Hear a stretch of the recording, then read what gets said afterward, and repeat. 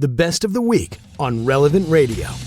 I was sitting outside with my kids earlier writing notes in my notebook for the show, and my 4-year-old kept saying, "What are you doing, Mom? What are you writing about? What words are you putting down?"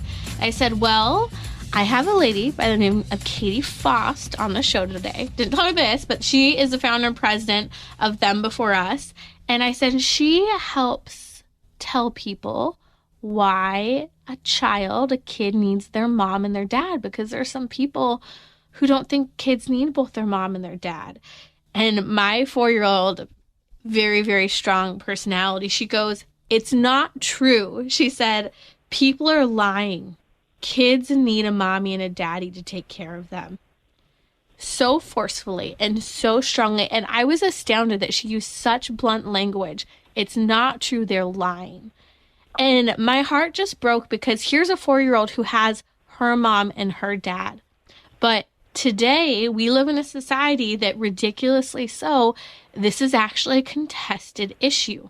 But a 4-year-old gets it, because from her basic needs, she knows mom is not dad, dad is not mom, and I really need both of you. And so this is why Katy Faust is with us. She is the founder and president of Them Before Us, has a great book called Them Before Us that I highly recommend, that we'll link.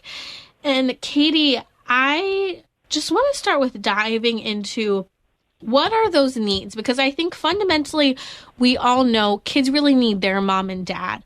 But then we maybe get stuck in the weeds with knowing, well, why? I can't necessarily explain or debate why a same-sex couple shouldn't do surrogacy because they need a mom and a dad. What are those core needs of a child?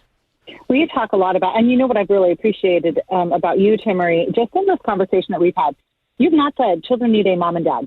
You've said they need their mom and dad. And this is exactly right. They don't need a mother figure and a father figure. They need their mother and their father. Sometimes, because of tragedy, that is not possible.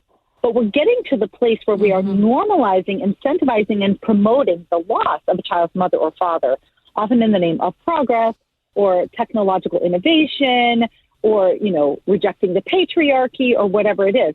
But children need their mother and father, and I'll tell you why, for 3 main reasons.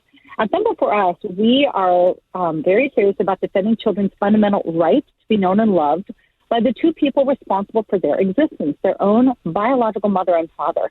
And the incredible thing is, when you can protect that fundamental right, children get 3 benefits. Number 1, they are raised by the 2 people who statistically are the most connected to, invested in, and protective of them.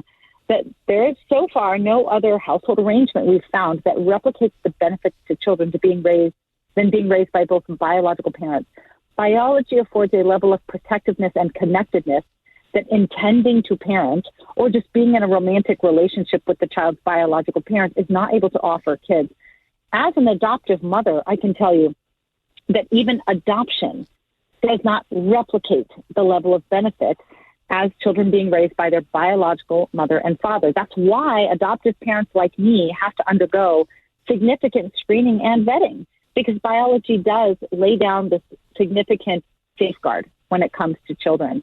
Number 2, when children are raised by their own biological mother and father, children are granted something that they crave, and that is their biological identity. It is very hard for kids to answer the question, who am I, if they cannot answer the question, whose am I?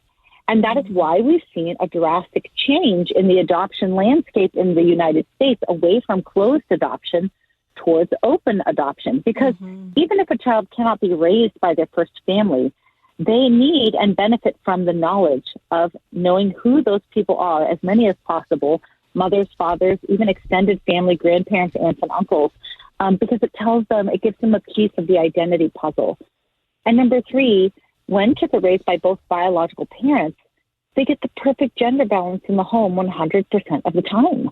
And men don't mother and women don't father, and kids need both.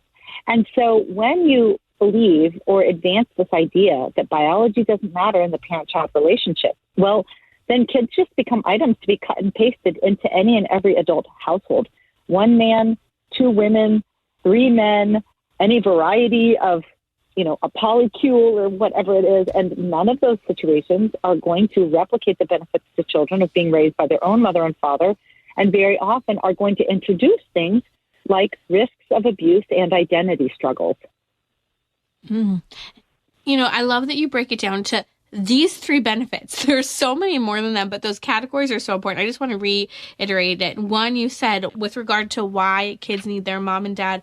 One, statistically, they are the most interested people in that child's life. They have a biological wiring to that child. 2, they're granted their biological identity. Again, I love that. Like, everyone's asking, who am I? But when they're able to say, whose am I? They get to know that better. And this is what's so heartbreaking about divorce, surrogacy, IVF, because a kid is automatically experiencing in these situations the rejection of one or both of their parents. And in the case of IVF and surrogacy, another if it's a gestational carrier or a donor. You are really complicating these relationships for kids.